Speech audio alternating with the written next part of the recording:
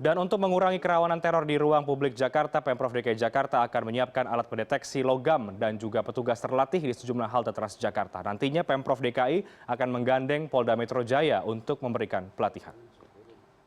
Bisa Jakarta. Kalau CCTV seperti metal detektor seperti apa sih Pak? Apakah hanya yang dipegang sama security atau kamera Pak? Yang sederhana saja, yang dipegang itu aja. Tidak begitu kotak seperti di bandara itu, waduh, berat bos kalau begitu ya. Mahal itu, berapa kita pilih halte? Ratusan loh, ya jadi pakai itu aja. Tapi ada satu petugas khusus yang dilatih khususnya untuk bisa mengantisipasi. Bukan hanya itu, tapi ada satu petugas yang bisa mengamati gerak orang itu. Ya, Jarod Saiful Hidayat bakal menjadi gubernur definitif DKI Jakarta hingga Oktober nanti. Sebelum berkiprah di Jakarta, Jarod berkarir di Jawa Timur. Sejumlah jabatan dan juga prestasi telah mewarnai perjalanan politik dari Jarod Saiful Hidayat. Kita akan lihat bagaimana perjalanan politik ataupun jejak politik dari Jarod Saiful Hidayat yang sebentar lagi akan menjabat sebagai gubernur definitif DKI Jakarta sampai dengan bulan Oktober nanti.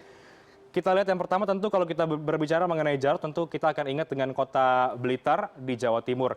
Nah, sebelum ia menjadi wali kota Blitar, Jarod mengawali karir politiknya menjadi ketua Komisi A DPRD di Jawa Timur, tentu dari fraksi PDI Perjuangan di Jawa Timur. Kemudian tidak lama berselang, hanya sekitar 1 tahun, dari tahun 1999 sampai dengan tahun 2000, Jarod menjabat sebagai wali kota Blitar. Dan berkat prestasinya menjabat sebagai wali kota, ia terpilih 2 periode dan ada beberapa memang terobosan dari Jarod ketika ia menjadi wali kota Blitar, antara lain adalah ia membuat program bedah rumah misalnya.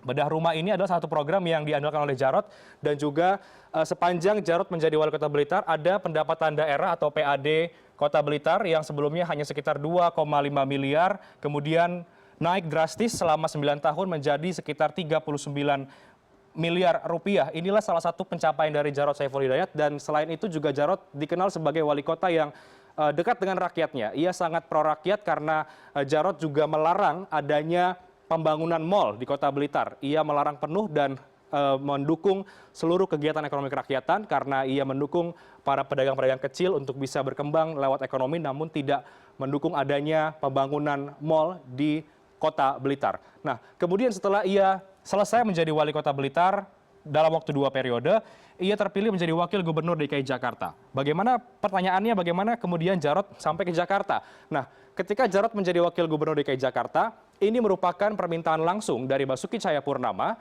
meminta kepada Ketua Umum PDI Perjuangan Megawati Soekarno Putri untuk menjadikan Jarod sebagai wakil gubernurnya ketika Pak Jokowi terpilih menjadi presiden, kemudian Ahok naik menjadi gubernur.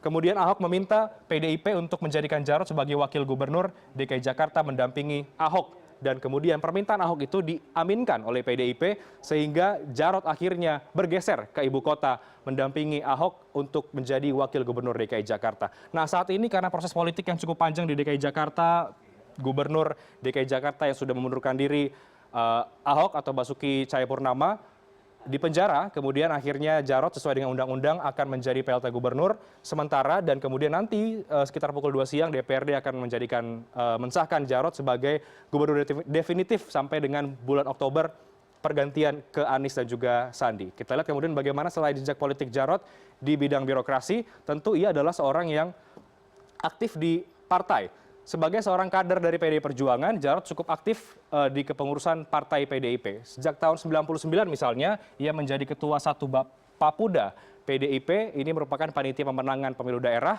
Papuda PDIP ataupun PDI Perjuangan. Dan kemudian pada tahun 2005 sampai dengan tahun 2010, Jarod masuk ke dalam struktur organisasi PDIP di tingkat pusat dengan Ketua Umum Megawati Soekarno Putri.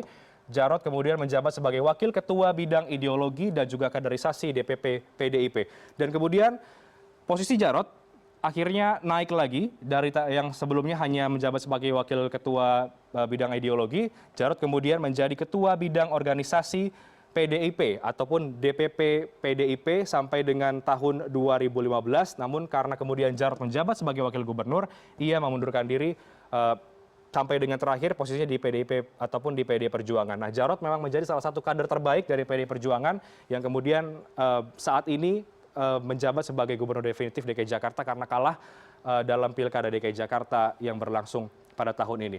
Nah, ini kemudian adalah sejumlah beberapa prestasi dari Jarod Saiful Hidayat. Ia juga menerima penghargaan, di antaranya adalah penghargaan terbaik untuk Citizen Charter bidang kesehatan, dan juga ada anugerah Adipura berturut-turut sejak tahun 2006 sampai dengan tahun 2008. Yang Anda bisa lihat di sini, 2006 sampai dengan tahun 2008. Kemudian pada tahun 2007 ia mendapatkan penghargaan Upakarti dan juga Otonomi Award Jawa Pos Institute.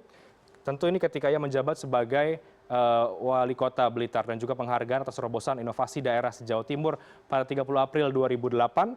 Serta memang ada lagi kemudian beberapa prestasi dari Jarod, antara lain ini penghargaan Komite Pemantauan OTDA, penghargaan inovasi daerah Jawa Timur, dan 2010 peringkat 1 penerapan e-government Jawa Timur. Demikian tadi sebagian dari karir politik dan juga biografi dari Jarod Saiful Hidayat.